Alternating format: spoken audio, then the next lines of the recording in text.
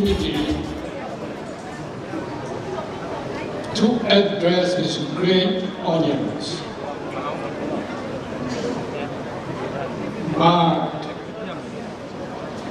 I want to say in my mother tongue in Zomi, largely because here most of the people are Zomis, and most of the people do not understand English. That's why I want to speak in Zomi. Dunia umpai ulena aqua mapeo. Libangina kilung tuag taka Zomi te huna ng kikabu. Napi takin kalung damina kayong takhe apatapa Zomi kachimami.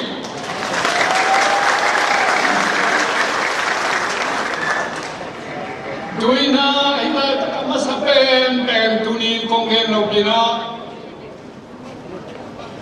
Zomi convention awai ho upate Ai hôm Sian mà cũng sai lâu tuma Zomi bupi damin kacimami kalungdamna kongenwami Libang limte kamu jamin kangai sunna I was born in Zomi I live in Zomi I shall die as Zomi Zomi khadin kaswaka Zomi khadin kanungtahi Zomi khadin asidingi cinapen kalung simfunga napi luludai kanina lute umdan lipi de umdan convention pate nasibnate ina Zomi te thana takhe ya ibai di pen kami khai mukho ai kani kanwa mama mai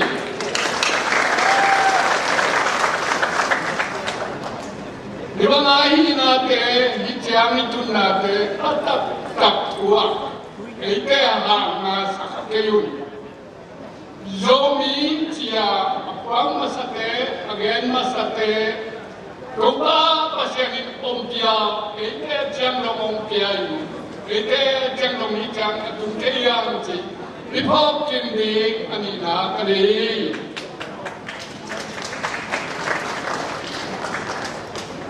Maya muna, Zomi campeu, gram dua kumbili ci gram tengkeng, Zomi akici.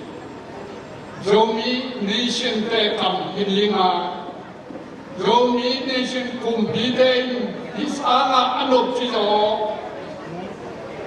isanga mi atamdai lo muna nuam taka ibol feeding tuba pasyarin feedingi chidong ngalung simwa ngasilo kayon chidong ba kangami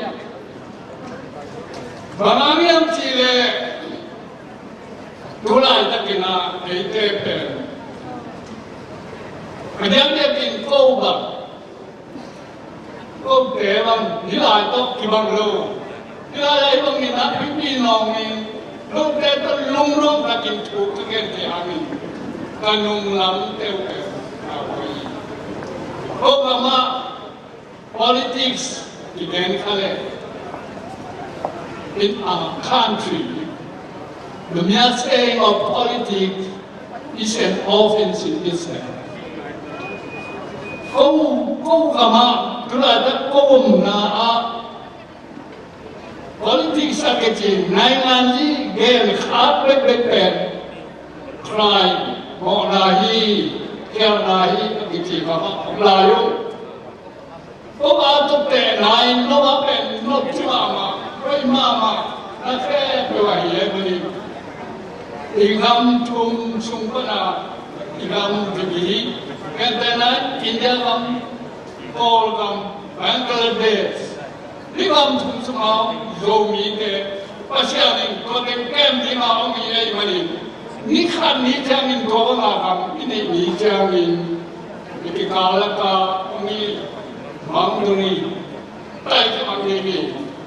Eden Kotem, Nopsak Nama, Jinta, Takin, Limian.